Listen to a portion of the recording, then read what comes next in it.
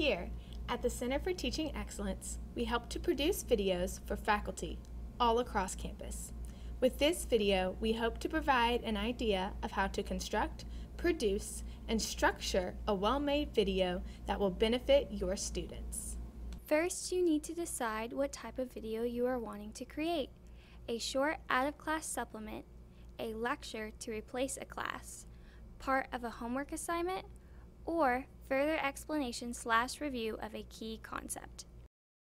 Once you know what type of video you want to create, here are some of the best practices for each type of video that we have found. If you missed a day of lecturing or need to continue a lecture you weren't able to finish, a video replacement is a great resource. When producing a lecture video, here are a few things to keep in mind. Number 1, length.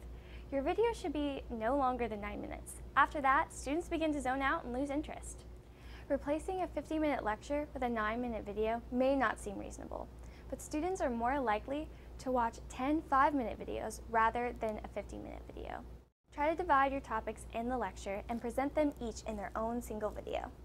The second thing to keep in mind is the type of presentation.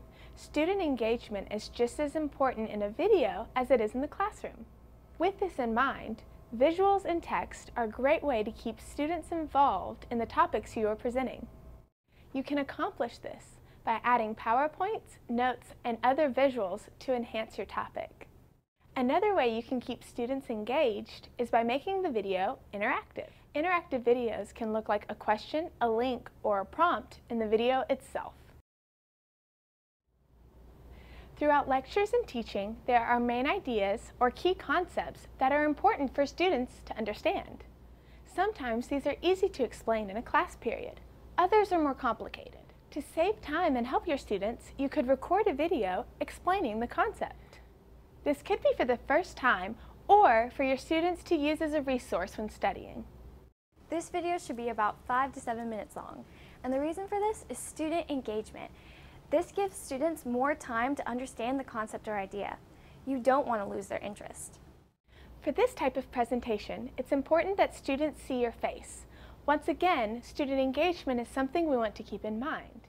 So if you're using a PowerPoint or create a video, make sure to use many graphics, charts, visuals, etc. to meet that goal. Educational videos can be a great resource for homework and a great out-of-class supplement. Students can watch the video while filling out a worksheet and then turn it in the next class period. When it comes to the length of this video, you want to keep it about 7 to 9 minutes long. This presentation depends heavily on the type of supplements or practices you want to convey. Something that is very useful in this type of video is adding a worksheet or incorporating an interactive aspect to the video, such as answering questions directly in the video.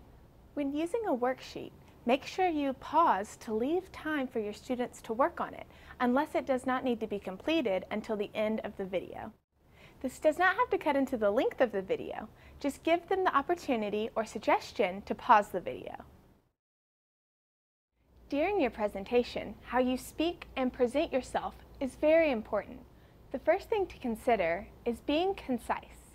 In order to effectively and efficiently get your point across, writing a script or a detailed outline first is highly encouraged.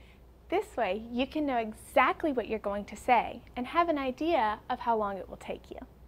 The second thing is being conversational. When recording, imagine you're in your classroom teaching to your students. This will encourage the students to stay more engaged because it will feel more personalized and one-on-one instead of just hearing information.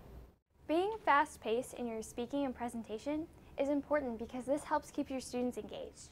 If not presented at a fast pace, then students are more likely to zone out and miss the information that you have worked hard to convey. The student is able to pause if necessary, so don't worry about losing them. In a presentation, it is very important to be aware of how you're presenting things visually, as well as how you speak. PowerPoint can be an effective tool when used correctly and efficiently. When using slides, use many types of visuals and not just words. Visuals can include graphs, graphics, artwork, charts, pictures, drawings, animations. You can also include videos within your videos. In conclusion, decide what type of video you're wanting to present and create accordingly.